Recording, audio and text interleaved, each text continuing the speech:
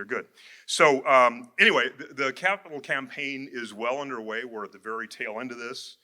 2 weeks from today is, I think we call that Ingathering Sunday. That's when we're going to collect all of the pledges that haven't been made in advance. So if you're thinking about contributing to this campaign, and you should be prepared for that. The night before, Saturday, the 21st, we're going to be in the parish hall with a magnificent banquet, and it's going to be a lot of fun, and everybody should be there. And please come. It's going to be a lot of fun. If anything, you get to celebrate the end of this, which is going to be a good thing. I've been asked to say a few words about my own little journey through this process. I'm involved in the campaign, but we all have our own story to tell, and this is mine. I actually start with a backstory, so bear with me. Most of us remember that famous advertising campaign it was the California Milk Processor Board, actually, that featured the tagline, "Got milk?" When you think about it, it's a really strange slogan, and it's grammatically incorrect, but it did work, and it stuck, and they ran it for, it started in the 90s, and they ran it for about 20 years. And those of you who were here in the 2000s may remember that we actually cribbed that slogan, bad grammar and all, right here at All Souls.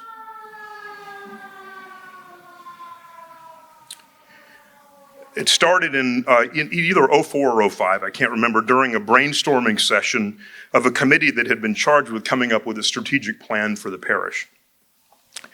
We were talking at one point about the nature of the All Souls community, which, as you know, was and still is full of hyper-educated seekers who can't be expected to set aside their doubts and just accept the Immaculate Conception, the virgin birth, and even the resurrection, just because somebody in a robe and vestments told them they were true.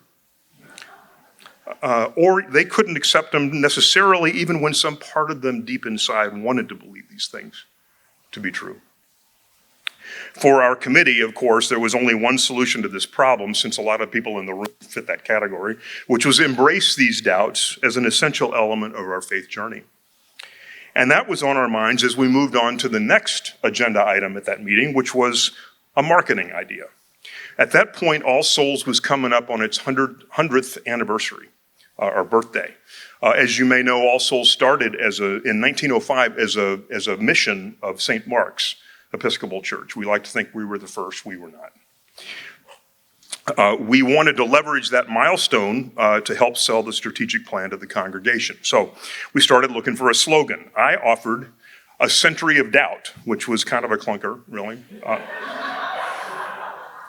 Somebody who had apparently read Marquez's masterpiece suggested a better variation of that, 100 Years of Doubt. But it was Bob Cross, sitting right there, who, when he said, "How about this? Got doubt?" Remember that, Bob? That ended the marketing discussion. We just forgot about this 100-year milestone business because we had our slogan now. At the time, who was Andrew Walmsley, made it official when he authorized the production of Got Doubt t-shirts and baseball caps. And so it was that we became the Parish of Doubt. So now fast forward to January of 2020. That was when we first formed the Capital Campaign Committee and named the campaign Living Waters Renewal for Our Second Century. We started this 2 years ago, but we had to set it aside. At our first meeting in January of 2020, the campaign consultant had us each write down, every member of the committee, write down on secret pieces of paper our tentative pledge amounts to this campaign. So I wrote down a healthy 5-figure number, and I told myself that was pretty darn impressive. At that time, it was clear, and I have to say it still is clear, that we're going to need lots of gifts that big and bigger, plus more or less universal participation throughout the congregation in order for us to have what we can call a successful campaign and prepare these facilities of ours for the decades to come. We have to do this. But I figured at that time, with the number I'd written down, my family would be doing our bit and maybe even a little bit more than that. And then COVID happened and everything got put on hold for 2 years. And meanwhile, construction costs in the Bay Area have gone up 20% in 2 years. It's astonishing. So what now?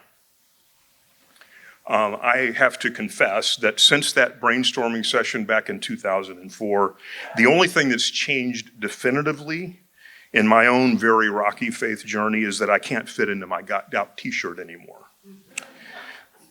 I still have the same doubts that I always did. I may always have them. Maybe I just can't help myself. I'm a lawyer by profession, and that means I'm trained to question everything. But what I've learned recently since we restarted this campaign a few months ago is that the process of finding and building faith has at least one thing in common with the process of becoming a lawyer, believe it or not.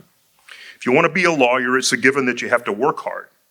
But beyond that, you got to act like one. You get the briefcase, you get the pinstripes, you try to carry yourself in the courtroom like a real lawyer, you try to project authority with clients like a lawyer, and over time you discover that you really are one. And the same thing kind of happens in a journey toward faith.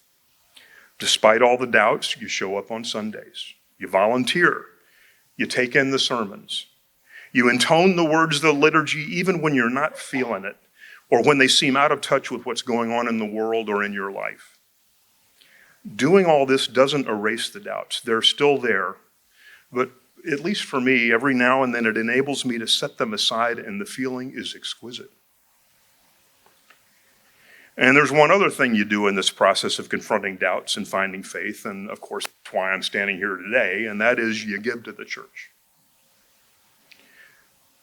For me, what sets the church apart from every other charitable cause my wife Maggie and I support is the fact that we do so even while I still have doubts. We give to the symphony, and we give to our college alma maters and other charities, but we'd stop giving to them immediately if we had any doubts about their ability to deliver what they promise. The church is different. I am all in with this parish as my spiritual home and with this capital campaign, not because I'm free of doubt or in spite of my doubts, but because of them. Our buildings may be made with wood and steel and concrete. It's the same stuff they make shopping malls and prisons out of, for that matter. But this church is a sacred space. You can just feel when you're in here the decades of prayers and celebration and mourning that have happened here. For me, this is the only place and this is the only community I've got where I feel that I might be able to confront my doubts with some chance of success. And what could be more important support than that? So then the next question is how much to give to this campaign.